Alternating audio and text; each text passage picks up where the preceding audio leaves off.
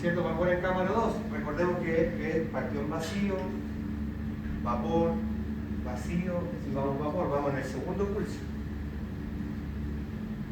¿Y estos pulsos, Carlos? O sea, si se les puede explicar a los chiquillos que se entiendan que es como para ir retirando en cada pulso el 95, no recuerdo exactamente qué porcentaje de aire, Sí. y así cada vez vamos retirando más. Sí. Así que nos puede explicar el Sí, concepto bueno, de vacío. hay una forma que yo grafico más fácil para explicar qué es lo que se busca con el acondicionamiento. Como dijimos al principio, tenemos que asegurar de sacar el aire, ¿cierto? Cuando nosotros tenemos la cámara abierta, colocamos el carro, ¿cierto? Cerramos la puerta, hay aire dentro de la cámara por la presión atmosférica, ¿cierto? Y hay aire también dentro del material, también por la presión atmosférica. Entonces, tenemos que sacar a nuestro enemigo. ¿Cómo lo hacemos? Por vacío. También existen los equipos que son gravitacionales, es decir, abren una válvula al drenaje y le mete vapor para que el vapor empuje el aire, ¿cierto? Y lo tire al drenaje. Pero en mi opinión, eso no, ya, o en la actualidad, ya es cada vez menos. O sea, todos son con vacío inicial. Porque el vacío es profundo, es directo y me garantiza más seguridad para sacar este aire. Ahora, no es que lo haga así como súper sencillo, ¿no? Es difícil, tiene una dificultad alta. Entonces, ¿qué es lo que se hace? Es lo siguiente, así lo grafico yo. Espero que entiendan el ejemplo. Pero supongamos que esta es la cámara del autoclave, ¿cierto? Y vamos a tener todo el aire que está ocupando el espacio, ¿cierto? Todo lo que está aquí es el aire. Lo tenemos que sacar. Pero vamos a suponer que ese aire lo vamos a reemplazar por miles de globos, ¿ya? Que son el aire. Entonces parte el primer vacío por un tiempo determinado y me va a sacar alrededor del 30-35% de esos globos, ¿cierto? Los otros globos se van a excitar y van a estar rebotando porque tienen más espacio, ¿no es verdad? Y entonces, ¿qué pensaron los ingenieros? Chuta, más difícil de sacar ahora, ¿cierto? Porque ahora ese aire anda por ahí circulando, está rebotando en las paredes de la cámara. Entonces viene y le mete vapor. Entonces el vapor cubre los espacios y sostiene el aire, ¿cierto? Y viene el segundo vacío y me lleva otro 35% más y ya tenemos un 70% menos de aire dentro de la cámara. Y luego viene otra entrada de vapor y así por cada pulso. Entonces, lo que busca es que el mismo vapor nos ayude a la extracción del aire y vamos a capturar todos los globos y vamos a tener la cámara en un 99% libre de aire, ¿ya? Porque tampoco se puede asegurar con 100% de certeza. Ahora, ahí es donde viene la importancia de la otra trampa de vapor, porque cuando ocurre este fenómeno de vacío, entrada de vapor, y el material está dentro de la cámara, también hay condensación, porque claro, el material yo lo coloqué, está frío o a temperatura ambiente, entonces el vapor llega, hace contacto con el metal, condensa y genera agüita, ¿cierto? Entonces esa agüita se va a ir por el ducto y va a llegar a la trampa.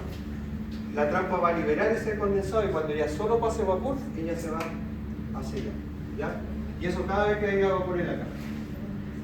Aquí estamos en la condición de descarga de la cámara, ¿cierto? ¿Por qué? Porque tenemos que ir al siguiente vacío, ¿cierto? Que es el que yo en este caso me parece que es el último.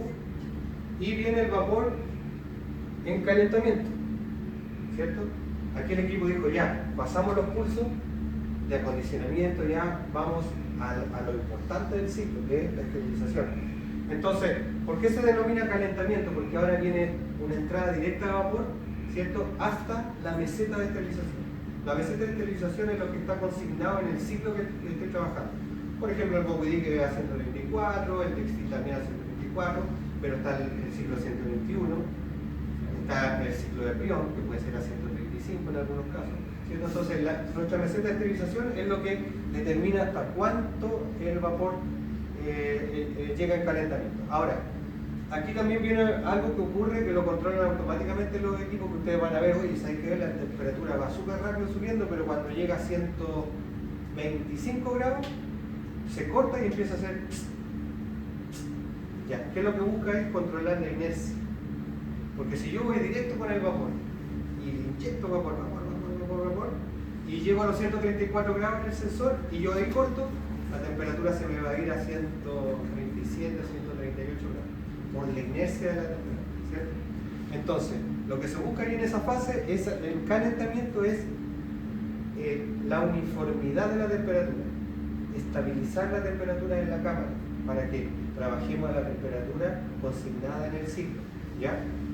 Entonces, una vez que llega a los 134 grados, cuenta entre 30 o 45 segundos para que la condensación se vaya.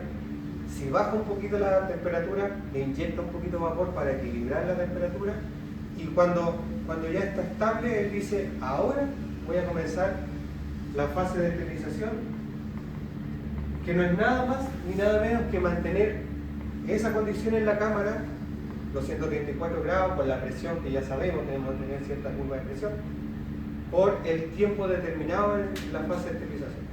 Entonces, la norma técnica actualmente dice hoy 4 minutos y medio. Ya, hay fabricantes que tienen 7, otros tienen 10, otros tienen los 4 minutos y medio, otros tienen 5. La verdad que lo importante es que tenemos que observar de que el ciclo esté preestablecido al menos con lo que dice la norma técnica o la norma internacional. Ya, si es menos, tengo que cuestionarme, decir, oye, por más que sea 134 grados, está haciendo menos tiempo de exposición, por lo tanto, no voy a tener una garantía de esta esterilización, o del proceso, finalmente. Que si bien puede ser validado o no al final del ciclo, pero me tiene que generar cierta duda, porque por algo existen las normas, ¿no? Por algo tenemos que manejarnos desde lo establecido. Entonces, hay fabricantes que dicen, ya, pero la norma me dice 4 minutos y medio, pero yo, por seguridad, le voy a dar 2 minutos más. Entonces, eso tampoco está definido por la norma. Lo que pasa es que ahí hay ciertas opiniones que chocan, porque también tenemos la parte usuaria, la parte clínica, y dice, oye, sí, pero si lo expongo por mucho tiempo o por mucha temperatura, me daña el material. Por lo tanto, eso me significa un costo. Y ahí es lo que se busca manejar entre las partes, ¿no? Que esté dentro de un rango en que se debe manejar para cada ciclo. ¿Ya? Y vamos a suponer que ya cumplimos el tiempo, y lo que tiene que ocurrir es la descarga de la cámara, ¿cierto? Y el secado. Entonces, ¿qué es lo que hace el sistema? Activa la válvula, primero una válvula para eliminar una buena cantidad de vapor, ¿cierto? Ya se descarga de la cámara, y cuando ya se va el vapor, comienza el secado, que es vacío, nada más que eso. El mismo que era vacío inicial, pero ahora es vacío de secado. Ahora, es importante porque la idea es que la misma bomba sea capaz de extraer la humedad que tiene, que quedó luego del vapor. Recuerden que el vapor no es seco, el vapor saturado tiene que tener un porcentaje de humedad para que efectivamente logre llegar a todos los puntos y cumpla su función, que es la esterilización, ¿no? Si el vapor no es 100% saturado, ¿cierto? Que no tenga esta característica de humedad, va a ser calor seco, y en el fondo es como meterlo al pupinete, que no es el objetivo de este proceso. Entonces, tiene que ser vapor saturado. Entonces, esta humedad que queda en la cámara, que queda en el material, tenemos que sacarla, y es la única forma. Entonces, comienza el secado por un tiempo determinado. Aquí es súper importante que tengamos en cuenta lo siguiente, que esto va a depender también de cada fabricante. ¿Ya? Hay fabricantes que tienen sistema de bomba de vacío, pero supongamos que esta es una cámara de 300 litros, ¿ya? Pero la bomba de vacío es de una etapa. Súper bien, porque la bomba de vacío va a cumplir su función perfectamente. Va a secar muy profundamente y me va a salir material seco. Pero, si esta cámara fuera de 400, 450, 600 litros, y la bomba de vacío es de una sola etapa, su eficiencia va a quedar corta, ¿cierto? Va a ser insuficiente, por lo tanto, es muy probable que cierta cantidad de material me salga uno. Ahora, ¿por qué explico siempre esto? Porque hay fabricantes que dicen, sí, pero yo tengo que competir con los precios. Si le pongo a todo mi modelo una bomba de doble etapa, me aumenta el costo, por lo tanto lo tengo que vender más caro, y eso me permite no competir mucho, entonces lo que buscan es vender. Entonces, ¿qué es lo que tienen en sus estándares? sí te vendo este, pero tiene una bomba de una etapa. Pero no te dicen que después el resultado de la carga no es la óptima, sino que ellos se enfocan en decir, pero yo sí te dije en el manual que no puedes sobrecargar el equipo. Entonces yo digo, ¿para qué me sirve una cámara de 600 litros si la tengo que cargar con mucho menos material? Entonces eso queda en el limbo y nadie lo dice. Entonces eso hay que identificarlo y hay que saberlo. Entonces mi recomendación es que siempre una cámara de sobre 400 litros tenga una bomba de doble etapa, ¿ya? Que sea un motor mucho más grande, más potente, y una bomba que en el fondo hace doble función de vacío, en el fondo que tenga doble eficiencia de vacío. Y eso me va a garantizar que funcione correctamente y que el secado finalmente sea el óptimo.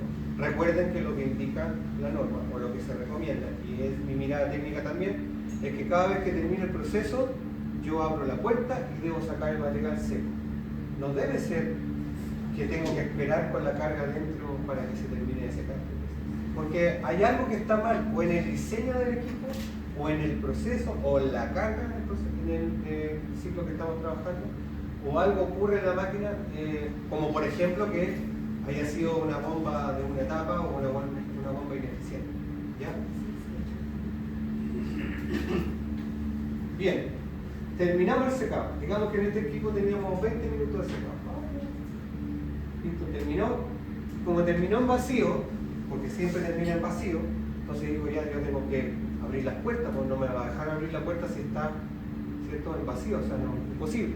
Entonces viene la fase de aireación, que es el ingreso de aire filtrado a la cámara, a través de un filtro bacteriológico, que es conocido como filtro EPA, pero tiene que tener una característica específica, que debe ser de 0,01 micras, ¿cierto? Tiene que ser mucho más pequeño de lo que es un microorganismo. ¿Por qué? Porque va a ingresar a la cámara. ¿Cierto? Nosotros veníamos hablando de todo el proceso y cómo ocurre, o sea, sacamos el aire, nuestro enemigo, sacamos la condensación, lo secamos el material, para después no meterle aire así del ambiente. Lo que va a ocurrir es que me va a contaminar el material. ¿Cierto? A lo que uno diga, oye, pero donde estoy hay aire limpio, no, eso no. De hecho, basta que yo en este momento que estamos proyectando, remueva un poco y van a ver ustedes la suspensión, ¿ya? Entonces, el filtro bacteriológico es súper importante y es un consumible que se debe cambiar periódicamente según lo indicado por el fabricante. Yo sé que a lo mejor no es responsabilidad del usuario decir, oye, o decidir cuándo comprarlo, pero sí algo que debería ser importante para aquel que trabaje con un equipo. ¿Por qué? Porque en la medida que el filtro se sature, me va a generar dos problemas.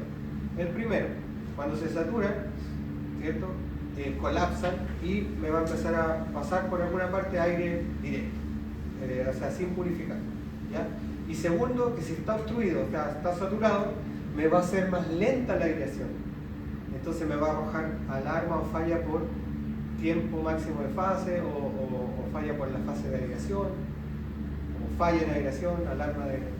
¿Ya? ¿Me entiendes? O sea, dependiendo del fabricante. Entonces vamos a tener esos problemas y me voy a tener que demorar, esperar hasta que el manómetro pase y recién ahí termine el ciclo.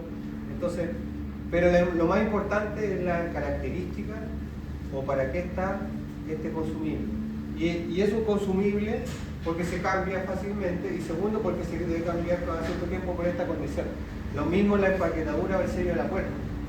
Está determinado por los fabricantes cada cuánto cambiar, me refiero a los fabricantes autoclaves. Pero también eso, ahí tiene que aparecer la experiencia con cada marca. Hay marcas que dicen, no, hay que cambiarlo cada 6 meses, pero las empaquetaduras pueden durar mucho más. Pero nosotros tenemos que ser responsables al decir, sí, te puede durar mucho más, es cierto, pero tú al menos debes tener la empaquetadura ahí en tu despensa, cosa que cuando falle, yo saco la empaquetadura y pongo una nueva. Y no esperar estos tiempos, que lo normal que ocurre es que hacen la gestión una vez que se daña la empaquetadura. ¿Cierto? Que es un consumible, no es un repuesto, es un consumible, es como que yo diga los neumáticos de los. O sea, va a haber un desgaste natural que yo tengo que estar preparado, o sea, en el momento de, tengo que tener el repuesto, ¿no? Y lo tengo que tener ahí con aire y obviamente tiene que estar en condiciones para colocarlo. Esto es exactamente lo mismo. Entonces, básicamente, estos consumibles son de responsabilidad de la entidad, de la institución o del usuario. Ahí eso siempre está por defecto. Consulta, ¿la lubricación de la empaquetadura se recomienda hacer en cada vez que voy a iniciar esto, un ciclo, o se hace como al inicio del turno y después finalizar? Sí, bueno, yo sé que nosotros estamos hablando de manera genérica para los autoclaves. Yo creo que hay una mayoría o una cantidad importante, la mayoría de los autoclaves se tiene que lubricar la empaquetadura.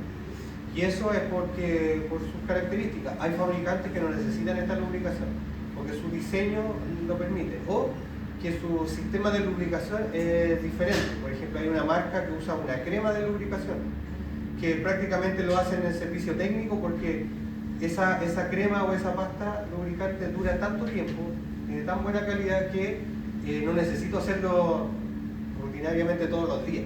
En cambio, la mayoría ocupan una silicona en spray, ¿cierto? Que es neutra, no tiene que tener ni olor, o sea, aroma, a nada, y tampoco tiene que tener ninguna característica asociada como a aceites, ¿no? Entonces, porque eso me va a generar contaminación en la cama. Porque por más que uno quiera hacerlo con cuidadito justo en el empaquetador, igual cuando pulveriza el spray va a saltar para todas partes. Pero la mayoría utiliza este silicona en spray, en la que yo creo que debería ser una vez al día, ¿cierto? Pero siempre hacerlo en frío. Porque si tú lo vas a hacer en caliente, a veces toca, porque supongamos se dañó la empaquetadura, o sea, se cortó, me está fallando, yo la tengo que sacar y el equipo está encendido, ¿cierto? Tengo que colocar la otra con guantes, por supuesto. Se coloca la otra y el equipo va a estar caliente y ahí lo tengo que aplicar. Pero si lo meto en mi rutina diaria, idealmente hacerlo frío para que este spray logre ser absorberse por la empaquetadura y quede como lubricante. Porque cuando está caliente, ustedes lo habrán visto que como que se evapora rápido, como que hierve y desaparece. Entonces es muy propio. Pero eso es más o menos. Y la mayoría de los fabricantes sí requiere lubricación, y yo digo que diariamente, al comenzar la jornada, es lo más práctico. ¿Ya? Tengo una consulta. Sí. Aquí, para que esté fría la máquina, igual hay que apagarla un buen rato. Sí. Y aquí no se puede. Casi ninguna parte. En ningún lado. Entonces, en el tema de que usted recomienda que sea diario, con activación semanal, el tema lubricado, los domingos cuando se apaga la máquina para limpiar, si sea diariamente salía caliente, ¿eso generaría algún problema? Sí, es un gran problema, y la verdad que algo que sufrimos nosotros en el servicio técnico es eso. Porque, por ejemplo, yo me encuentro con lugares, con tremendas instituciones, que tienen muy buenos equipos, tienen muy buenos sistemas, su área de televisión es maravillosa, pero resulta que como no tienen la posibilidad de tener los equipos, para nosotros es muy complejo, por ejemplo, hacer la limpieza de las cámaras. A ustedes, sin duda que es mucho peor. Entonces, hay que pensar, yo siempre digo lo mismo, hay que pensar en la forma en que esto se cumpla. Porque en la medida que eso no se cumpla, tú vas a tener problemas asociados a... Y principalmente a mí me parece que es una contradicción para el proceso en el mismo, de que tengamos cámaras contaminadas o altamente sucias que no se pueden limpiar por tiempo o por falta de tiempo. Porque en el fondo estamos metiendo el material en una cámara que está contaminada. Claro. Entonces todo lo que hicimos previamente se pierde. Entonces esto tiene que estar, de alguna manera, hay que encontrar el momento en el que se puede hacer esta detención y hacer esta mantención de limpieza, de lubricación, de cambio de empaquetadura, etc. Y eso, la verdad que, claro, a mí no me toca decirlo cómo y cuándo lo haga, porque usted sabe que al final uno como servicio técnico se adecua, pero creo que es responsabilidad nuestra siempre insistir en estas recomendaciones. Y yo sé que los usuarios en su mayoría dicen, me encuentro así como en el dilema de, pucha, ¿cómo lo hago? Finalmente tengo que operar en la máquina, no tengo tiempo como para, o no están las condiciones como para que yo lo pueda hacer. Así que adhiero a eso y me sumo a la necesidad de tener que hacerlo. Hay que encontrar una pausa para que el equipo reciba la mantención de rutina primero, porque tú vas a ver en todos los manuales de autoclave que indica que debes limpiar la cámara diariamente, porque hay acumulación de residuos en el ambiente. Sí, se debe limpiar diariamente la cámara. Por supuesto que en frío, porque si tú le vas a limpiar con un paño con agua destilada o desmineralizada o con alcohol, se te va a evaporar apenas haga contacto, entonces finalmente termina siendo inefectivo. Entonces, hay que buscar la forma, Ahora, nosotros lo que hacemos normalmente cuando ya una cámara está contaminada, tú vas a ver como manchas rojas, manchas oscuras, manchas café, eso ya en el fondo es óxido, de la oxidación que va a ocurrir. Como también puede haber manchas blancas, que eso es sodio, que hay un problema en la planta de agua, o puede haber sarro, ya definitivamente es el agua. Pero para esa limpieza química tenemos que hacerlo en frío y hay que utilizar un químico específico que te permita hacer esta desincrustación sin tener que pasarle nada abrasivo. Ya es un lavado más profundo que para nosotros llegar a eso tendríamos que demorarnos más o menos de 2 a 3 horas. Porque se aplica un producto, ¿cierto?, que disuelve esta incrustación y nosotros después la retiramos, lavamos la cámara hasta que vuelva a su capa de acero o que sea visible. Yo en mi proceso, aparte de la desincrustación, hago una etapa final que se llama pasivado. Ustedes ya conocen lo que es el pasivado. Hay algunos que dicen, no, quizás no es necesario porque naturalmente ocurre el pasivado, pero yo lo hago porque pienso que hay que darle esta capa de protección al acero para que siga con su característica o su condición de acero inoxidable. ¿Ya? Perfecto, entonces ingresó el aire o está ingresando hasta que llega a cero nuevamente y me permite la despresurización de la empaquetadura. Ahora, indistintamente sea por presurización por vapor o por aire, lo que va a ocurrir es que se activa la bomba de vacío y la bomba de vacío me succiona la empaquetadura retirando el aire o el vapor y las empaquetaduras van a retroceder en la canal, ¿cierto? Y las puertas van a quedar liberadas, ¿cierto? Aquí están marcados los puntos. ¿Bien? Y el fin del ciclo. Vuelve al inicio, ¿cierto? Vuelve al principio y en su condición de stand-by. Y el equipo ya está listo, digamos, porque es algo que yo siempre indico, no hay ninguna cosa que me obligue a mí a no poder hacer un ciclo inmediatamente.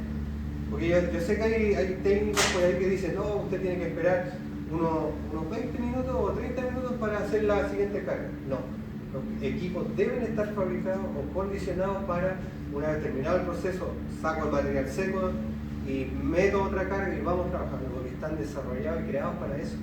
Hay demasiada ingeniería de por medio como para que esto tengamos que tener esas indicaciones por parte de cualquier persona, ¿se entiende? Porque, como digo, ¿en qué etapa de todo lo que vivimos podría ocurrir? O sea, ya tuve que lubricar la empaquetadura o cambiarla. Ya, eso es un tiempo que no podemos medir. Pero lo demás está todo pensado para que siga trabajando, ¿cierto? Y por eso toma importancia lo que tú dices. Porque si yo al equipo le doy, porque está hecho para eso, pero también no adecuo mi carga de trabajo en el equipo para darle tiempo y hacer su rutina, su limpieza, su lubricación, su cambio de consumible, etc., me voy a generar también esta situación, esta dinámica de fallas constantes, de ciclos abortados, etc., que nadie quiere, por supuesto. ¿Sí? Eso. No sé si tienen alguna otra pregunta.